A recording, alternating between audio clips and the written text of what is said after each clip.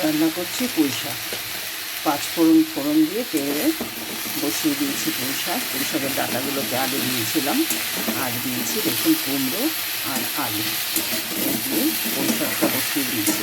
মাছের মাথা দিয়ে করব, তাই মাছের মাথাটাকে আমি আগে মাছের মাথাটাকে আগে ভেজে নিয়েছি। ভেজে নিয়ে ওই তেলের মধ্যে মেথি ফোড়ন দিয়ে একটু ছোট্ট একটা শুকনো লঙ্কা দিয়ে পুঁই ডাঁটা দিয়ে দিয়েছি। তার সঙ্গে এখন দিলাম কুমড়ো আর আলু, দিয়ে দিলাম চিড়ে রাখা 3টে কাঁচা লঙ্কা। শুকনো লঙ্কা দিয়ে করি না, কাঁচা লঙ্কা দিয়ে করি।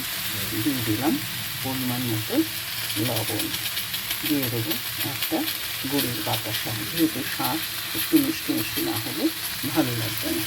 সামান্য জিরের গুঁড়ো দেব, সামান্য ধনের গুঁড়ো দেব, সামান্য হলুদ। এটা দিয়ে এবার আমি নাড়তে থাকবো। দিলাম আদা বাটাটা। আমার সব মশলা দেওয়া হয়ে গেল। ডাঁটাটাও দেখা যাচ্ছে যে একটুখানি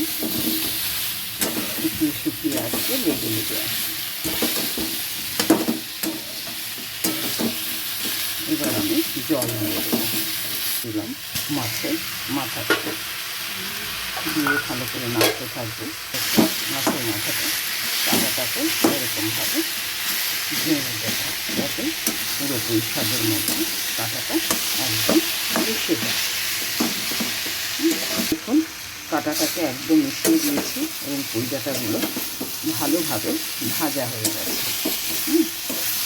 এবং মাছের মাথার যে তেল ছাড়ছে তাতে কালারটাও খুব সুন্দর হয়েছে।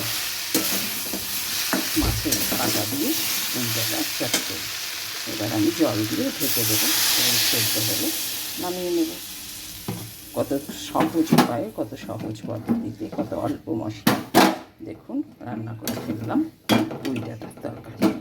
এটা সেদ্ধ হতে সময় লাগবে এবং সেদ্ধ হতে হতে এটা ঝোলটাও কমবে। আমি এবার এটা ঢেকে দেব। খুব সুন্দর গন্ধ বেরোচ্ছে, এখনও হয়নি পুঁই ডাঁটার তরকারি। দেখুন এবার আমি এটা নামিয়ে ফেলি। আমি কাঁচা লঙ্কার তরকারি করি না এবং হলুদটাও চেষ্টা করি কম দিতে, তাই আমার তরকারিটা একটু সাদা সাদা লাগে, কিন্তু খেতে টেস্টি। আপনারা এভাবে করে খেয়ে দেখবেন, কেমন লাগে জানাতে ভুলবেন না।